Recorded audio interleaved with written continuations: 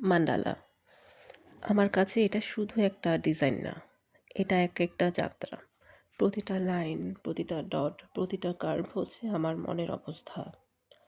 যখন আমি ফুল আঁকি তখন মনে হয় সময় একটু থেমে গেছে, বাহিরের শব্দগুলো তখন ধীরে ধীরে মিলিয়ে যায়, শুধু রং আর পাতার গন্ধ রেখে।